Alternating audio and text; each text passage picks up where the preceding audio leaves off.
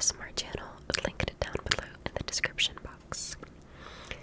And also, as always, I have all of my notes on this side of the screen, which is why I will be looking over there quite a bit throughout tonight's video. So without further ado, let us get started. I'm going to try my best to say this little girl's last name correctly, but if I do butcher it, I apologize. Amy Renee Mihaljevic was born on December 11th, 1978 in Little Rock, Arkansas. She later moved with her family to Bay Village, Ohio. Bay Village at that time was a peaceful, tight-knit suburb west of Cleveland, Ohio. The sort of place where children rode their bikes safely and neighbors felt comfortable leaving their doors unlocked. When the Mihaljevics moved there, they fit easily into the rhythm of the community. Amy's parents, Mark and Margaret, known as Margie, had divorced, but they remained loving and supportive of Amy and her older brother, Jason. The kids lived primarily with their mother, who worked at a trading company, while their father remained involved and close by as well. Despite the divorce, the home environment was said to be stable, warm, and full of the ordinary routines of school activities and family life. Amy herself was the kind of child everyone seemed to remember fondly. She was bright, friendly, responsible, the sort of kid who made teachers smile and who had no trouble making friends. She loved animals, especially horses, and spent time at a local riding stable. She was creative and enthusiastic, with an expressive personality that truly made her shine in her community. In the fall of 1989, nothing in Amy's life seemed out of the ordinary. She was settling into 5th grade at Bay Middle School, spending time with friends, enjoying after-school routines, and helping her mother around the house. But something very unsettling was happening behind the scenes, although no one realized the significance at the time. Amy received a phone call at the family's home one afternoon. The call came from a man that she did not know, a stranger who claimed to work with her mother. He told her calmly and politely that her mom had recently received some sort of promotion, and he wanted to help Amy in surprising her with a gift. To a 10-year-old who adored her mother and loved doing thoughtful things for her in the past, this must have sounded exciting. The man then asked Amy to keep it a secret from her mother, telling her that they could meet after school so he could help pick her out the perfect gift. Because remember, this is supposed to be a surprise. It was said that his voice was confident and reassuring, and he used just enough accurate information about Margie's workplace to sound legitimate, because Margie was actually getting a promotion at her job, so he somehow knew that this was the case, which is just even more disturbing. There was no reason for Amy to be suspicious, and she trusted what she heard, especially since she was so young. You don't really have that suspicion at that age. So Friday, October 27th, 1989 began like any normal school day. The cool air of Ohio fall had settled in, and the weekend was nearly here. Amy went to school as usual, dressed in green slacks and a lavender sweatshirt, with her denim jacket close in tow. Teachers later said that she seemed her normal, cheerful self, laughing with friends and moving through the day with her typical enthusiasm. After school let out at around 2 p.m., Amy walked to the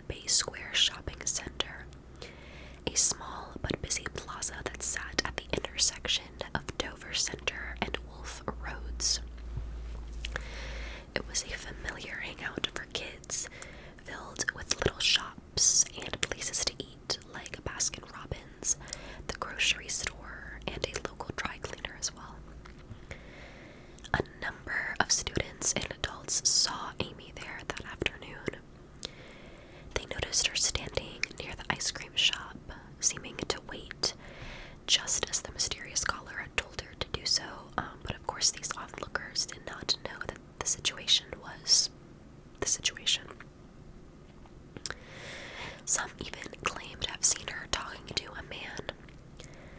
Nothing about the interaction, though, seemed alarming. The descriptions of this man varied, but most agreed that it was a white man, perhaps somewhere between 30 and 45, with blonde or light brown hair. He was dressed neatly, some said even professionally. No one saw anything that resembled struggle, fear, or panic at all.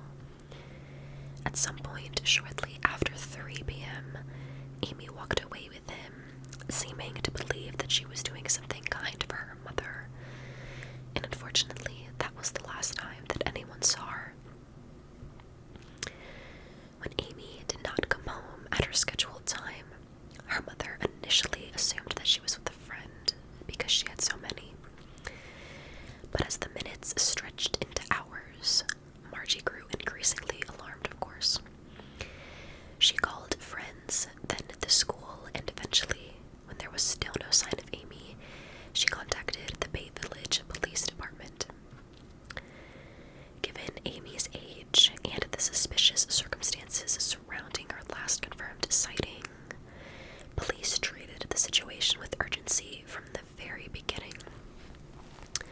They canvassed the shopping center, questioned witnesses, and began alerting nearby agencies.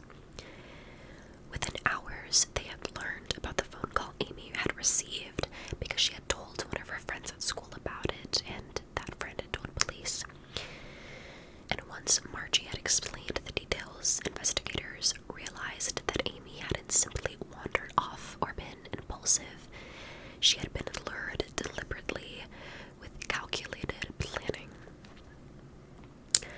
What followed was one of the largest and most intense missing child searches in Ohio to date. Police officers, FBI agents, volunteers, and community members worked day and night. The story rapidly gained national attention, and programs like America's Most Wanted featured the case, helping to spread awareness across the country. But despite the extensive search efforts, unfortunately no sign of Amy emerged. Though everything changed on February 8th, 1990, so a couple months after. On that cold winter day, 104 days after Amy disappeared, a woman riding her horse in rural Ashland County, Ohio, spotted a body in a field alongside County Road 1181. The area was about 50 miles southwest of Bay Village, isolated farmland surrounded by trees and quiet back roads. Authorities quickly confirmed what everyone feared. The body was Amy Mihaljevic. She had been murdered. Investigators revealed that she had suffered both head trauma and stab wounds. Some of her clothing remained, but certain items were missing, including the riding boots that she was seen wearing last. She had little horse stud earrings in, those were missing, and also a binder that she had been carrying that day. Those missing objects have long been noted as potential evidence, and possibly even items kept as trophies for the predator, which is seen a lot in homicide cases. Police did not release every detail about her condition, holding back, of course, information to preserve the integrity of the investigation. Amy's funeral was held at St. Angela Marici Church in Fairview Park, where family, friends, and neighbors, and even strangers gathered to mourn this poor little girl. The tragedy had, of course, changed the town forever. With the discovery of Amy's body, of course, it shifted from a missing child investigation to a homicide investigation, and authorities pushed forward with renewed determination. The phone call Amy had received became, of course, one of the central focuses of the case. Investigators actually learned that several other young girls in nearby communities had received similar calls.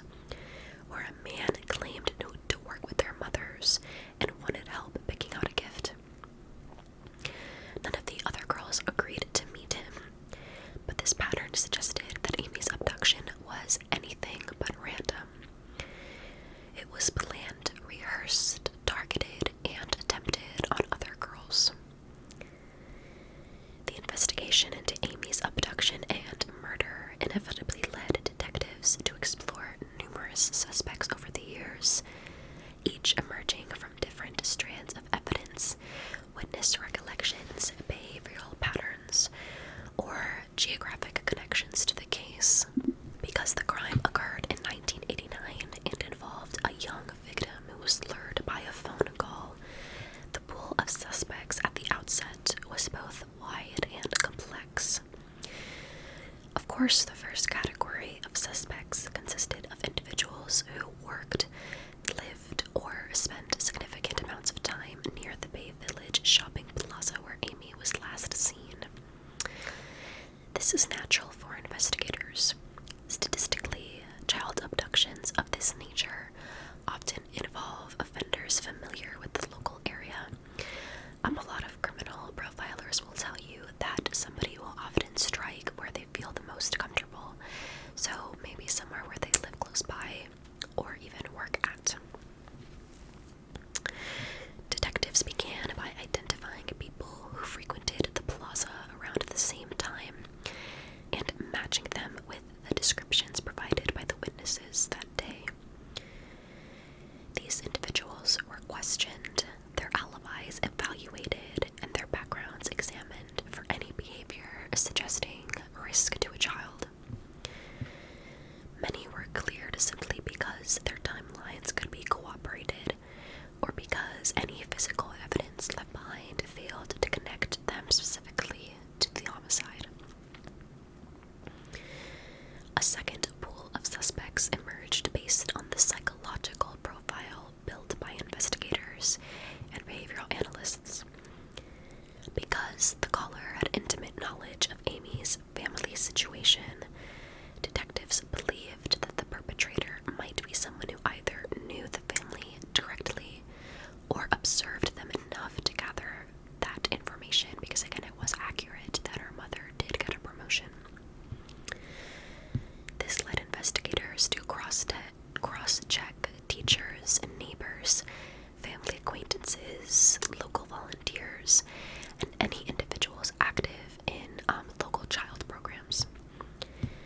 Anyone with access to school directories or opportunities to overhear conversations about the promotion could theoretically have gained the information used to lure Amy. However, investigators found no cooperating evidence to any specific person or place, such as matching fibers, vehicle connections, or any confirmed contact with Amy. Of course, another category of suspects consisted of people who had a history of inappropriate behavior with children. When a case receives widespread media attention, prior offenders in the region almost always become suspects of interest because, duh. Detectives reviewed the records of individuals previously charged with crimes involving children, sexual misconduct, or abductions within Ohio and even neighboring states as well. Some of them lived within a feasible driving distance of both Bay Village and Ashland County, where Amy's body was found. These individuals were interviewed, and in some cases, their homes and vehicles were tested and searched. However, none of these inquiries produced the crucial link investigators needed. Another set of suspects developed from the calls received by the other young girls in the region around the time that I mentioned. Several girls from the surrounding communities reported receiving those similar phone calls. Of course, this illuminated a pattern that the perpetrator had attempted using the same ruse and had failed on multiple occasions before it unfortunately working on Amy. They tried to see if any of these girls had any kind of link, but none of them went to the same school, none of them went to the same church, none of them were in the same friend circles. It just, they really had no connection that the police could find. In the end, no suspects that they questioned or tested, whether early local leads, individuals connected through the profile, prior offenders, or people pulled into this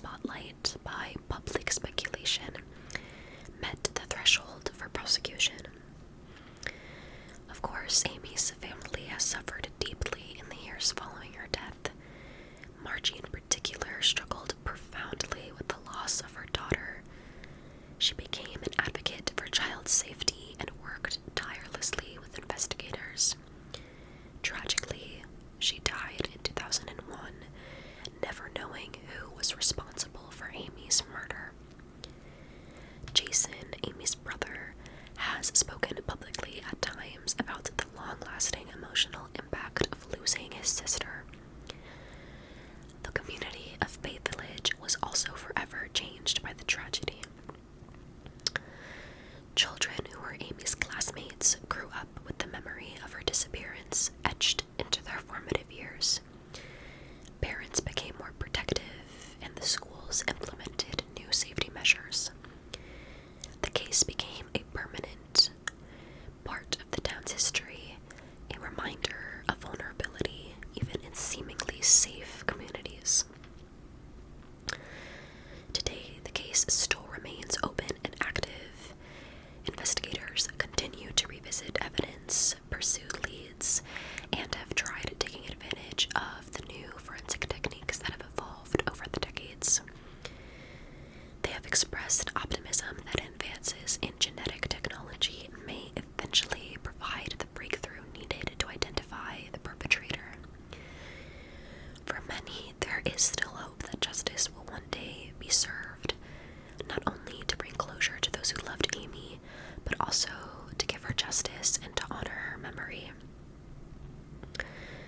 The story of Amy Mihaljevic is heartbreaking, but it is of course also important. She was more than a victim.